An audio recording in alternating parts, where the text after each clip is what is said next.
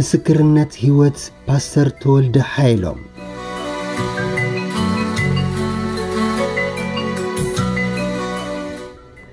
ብርሃንኪ መጽኡ ክብሪ እግዚአብሔር ከኣ መጽልኪ እዩ እሞ ተንስኢ ብርሂ ትንቢት ኢሳያስ ምዕራፍ 60 ፍቕዲ 1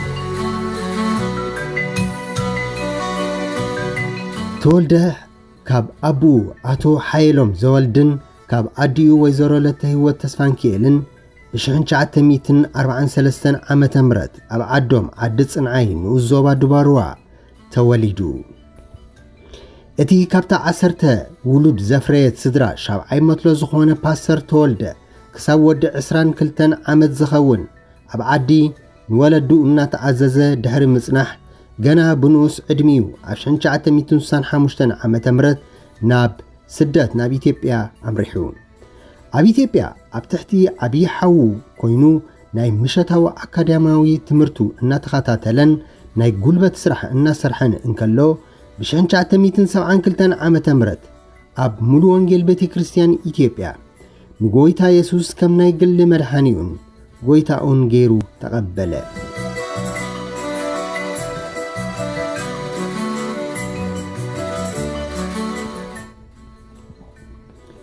ብድሕሪዚ ተወልደ ሓይሎም ብመገዲ ኣገልጋሊ ረጋሳ ኣብ ሙሉ ወንጌል ቤተ ክርስቲያን ካብ ዝነበሮ ክብድ ዝበለ ሕማም ብተኣምራት ድሕሪ ምፍዋሱ እንደገና ብመገዲ ወንጌላዊ ካሳየ መንፈስ ቅዱስ ተመልአ።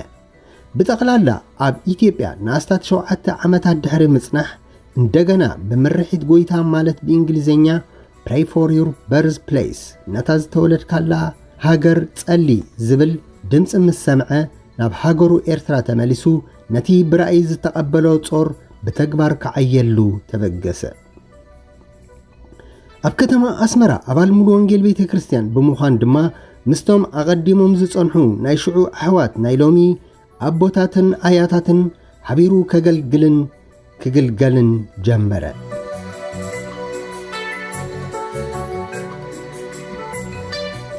ብመሰረቱቶም ካብ ኢትዮጵያ ክመጽእ ከሎ ዝተቐበልዎ ናይ ሽዑ ኣሕዋት ዝሃብዎ ምስክርነት ተወልደ ንመጀመርታ ግዜ ኣብ መድረኽ ደይቡ ብቓል ኣምላኽ ዘገልገለን ብዙሕ ንበረኸት ዝኾኖምን ሰብ እዩ ነይሩ።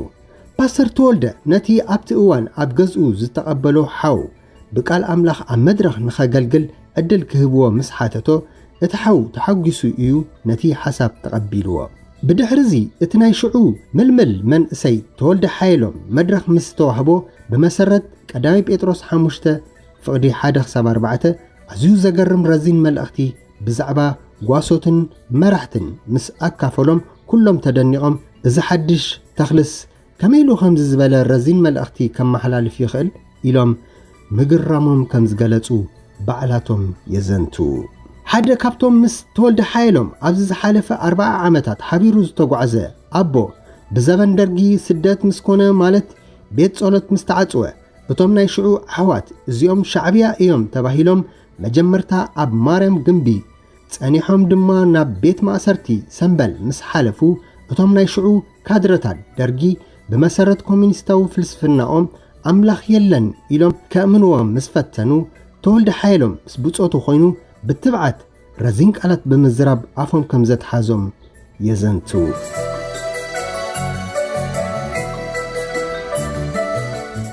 ተወልደ ሓይሎም ገና ብጎይታ ከይዓበየ ከሎ እዩ ንድምፂ ኣምላኽ ብዘገርም መገዲ ክሰምዕ ጀሚሩ። ናብነት ኣብታ ንመጀመርታ ግዜ ናብ ሙሉ ወንጌል ኣዲስ ኣበባ ዝኸደላ መዓልቲ ሓደ ራእይ ከም ዝረኣየ ኣብ ሓደ ኣጋጣሚ ነጊሩ ነይሩ። እቲ ራእይ ተጸሚቑ ነዝስዕብ እዩ ዝመስል። እቲ ራእይ ኣብታ ኣብ ሙሉ ወንጌል ቤተ ክርስቲያን ንመጀመርታ ግዜ እግሩ ዘንበረላ ዓለት ሰፊሕ ግራት ይርኢ።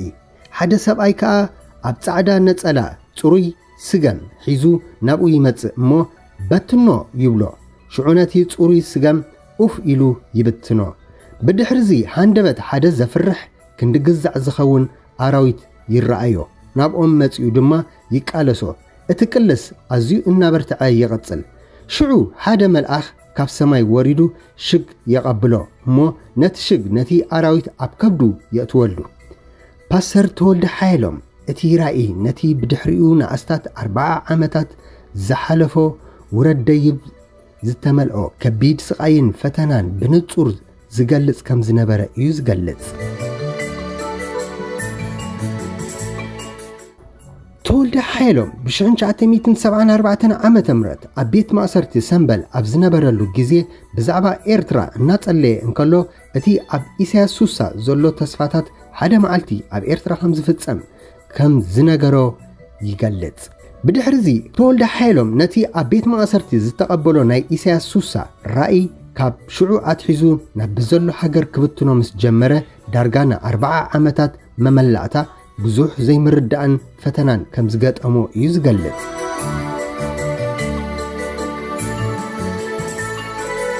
እቲ ገና ካብ ንእስነቱ ኣትሒዙ ብሓጺናዊ ባህሩን ትሩን ዝልለ ተወልደ ሓየሎም ብመሰረት ካብ ጎይታ ዝተቐበሎ ትእዛዝ ንቡር ዘይፈጸመ ማለት መንግስቲ ኣምላኽ ኢሉ ሙሉእ ዕድሚኡ በኪ ዝነበረ ኣቦ እዩ። እቲ ትርር ዝበለ ዘይዕጸፍ ባህርያቱ ሓደ እዋን በኣሉታ ተራእዩ ንነቐፌታ ምኽንያት ይኾኖ ከም ዝነበረ ዝፍለጥ ኮይኑ ኣብ ርእሲኡ ብገለ ሸነኽ ምስ ሃገርን ሒዙ ቁሩብ ጫፍ ዝኸደ መርዳእ እዩ ነይርዎ ብዝብል ሓሳብ እውን ዝወቕስዎ ኣካላት ኣለዉ። ፓስተር ተወልደ ሓየሎም ሽዑ እኳ ካብ ሰበይቲ ዝተወልዱ ደቂ ዘይብሉ እንተኾነ ብጎይታ ዝወለዶም ውሉድ ግና ኣዝዮም ብዙሓት እዮም።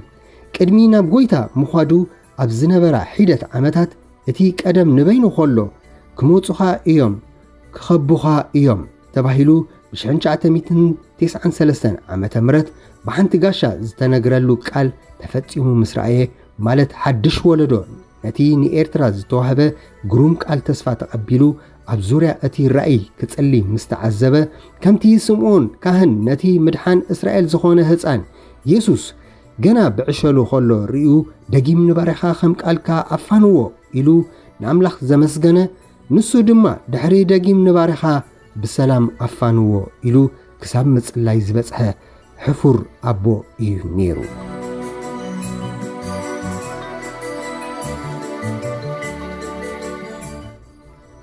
ናይ ፓስተር ተወልደ ሓየሎም ህይወት ንኽትጸውየሉ መንክር እዩ። እቲ ናይ ሰበይትን ደቅን ሓልዮ ዘይብሉ ሓልዮቱ ሃገርን ማሕበርን ዝነበረ ሐዋርያ ካብ ሃገር ንኸይወፅእ ንኸይመሃር ኮታ ከም ሰብ ካብ ብዙሕ ነገራት ብጎይታ ዝተኸልከለ ኣቦ ምንባሩ ንብዙሓት ግር ዘብልን ሕቶ ዝፈጥርን መስተንክር ህይወት እዩ ነይርዎ። ወላዲት ናይቲ ብቐሊሉ ዘይድፈር ግርማ ሞገስ ዘተዓደለ ፓስተር ተወልደ ሓየሎም ሓለፋ ኣሕዋቱ ኣዝያ ተፍቅሮ ከም ዝነበረት መመጽያ ክትሪኦ ኸላ ድማ ትነብዕ ከም ዝነበረት ሽዑ ሓደ ጊዜ ሓደ ነገር ከም ዝነገረቶ ኣዘንትዩ ነበረ። ኣድዩ እቲ ኩሉ ጊዜ ክትሪኦ ከላ ዘንበዓ ዝነበረ ነገር እቲ መርዓት ከላ ዝተባህለላ ነገር እዩ ነይሩ። መርዓት እንከላ ብዙሓት ከም ትወልድ ሓደ ካብኣቶም ግና ኣዝዩ ዓብይ ገረብ ከም ዝኸውን ተነጊርዋ ነይሩ። ክትሪኦ እንከላ ክትነብዕ ዝገብራ ዝነበረ ነገር እምበር እቲ ዓብይ ገረብ ንሱ ምዃኑ ስለ ዝፈለጠት እዩ።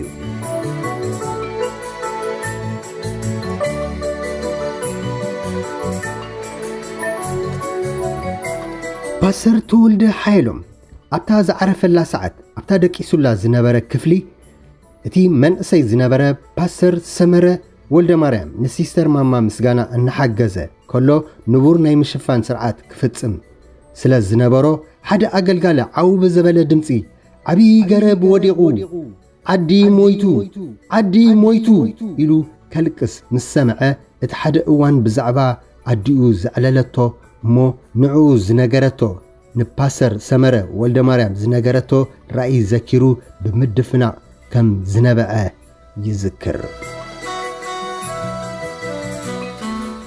ናይ ፓስተር ተወልደ ህይወትን ኣገልግሎትን ኪኖ ኣዝዩ ጸላዊ ምዃኑ ብንብዓትን ብጋዓርን ዝተመልአ ብምንባሩ ምስ ናይ ነቢ ኤርምያስ ናይ ንብዓት ህይወት ዝመሳሰል እዩ።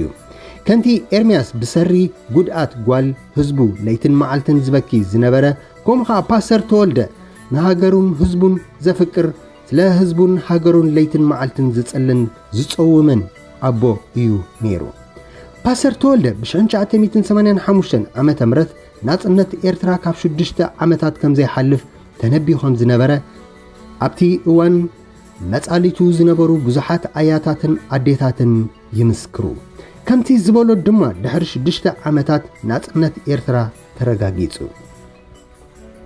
እቲ ሓደ መዓልቲ ኣብ ኤርትራ ክፍጸም እዩ ዝበሎ ኣብ ኢሳያስ 60 ዘሎ ተስፋታት ድማ ብርግጽ ክገሃድ እዩ ብወገና ካብ አቦና ፓስተር ተወልደ ሓይሎም ብጽድቂ ምንባር በቅድስና ምምልላስ ንሓቂ ደው ምባል ዘይምሕላል ተስፋ ዘይምቁራጽ ንጌጋ ጌጋ ንቁኑዕ ቁኑዕ ምባል ንዝበደሉኻ ምሕረት ምግባር ንኣምላኽ ምፍራሕ ዘይምህዋኽ ንድምፂ ኣምላኽ ምስማዕ ንሃገርካ ምፍቃር ንሓድነት ቤተ ክርስቲያን ምጽዓር ንኣምላኽ ምእማን ነፍስኻ መቕጻዕ ኢና ተማሂርና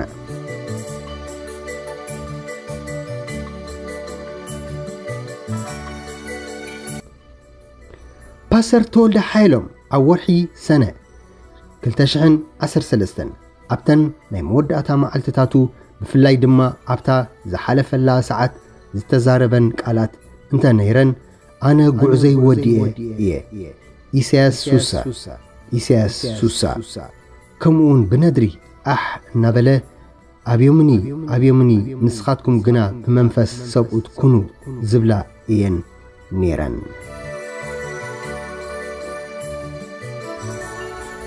ሓፂር ምስክርነት ህይወት ፓስተር ተወልደ ሓይሎም ኣብዚ ይዛዘም ምንጪ ጽሑፍ ፓስተር ሰመረ ወልደ ማርያም አንባቢ ክፍሎሜ ስለምክትታልኩም እግዚአብሔር ይባርኽኩም እግዚአብሔር ንምድርና ይባርኽ ጸሎት ስለምድርና ስለ ህዝብና ኩሉ ሰዕ ንዘክር ሻሎም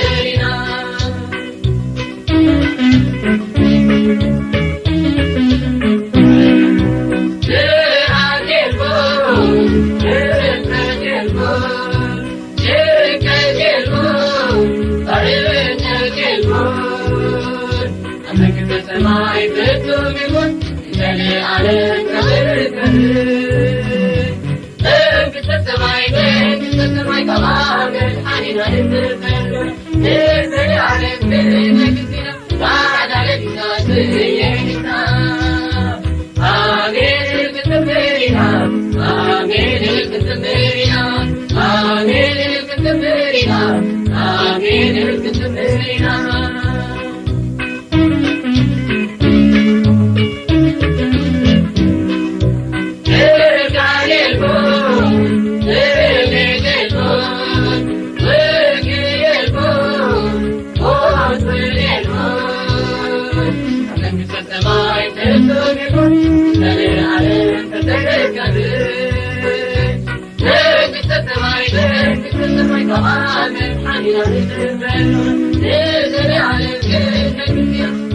على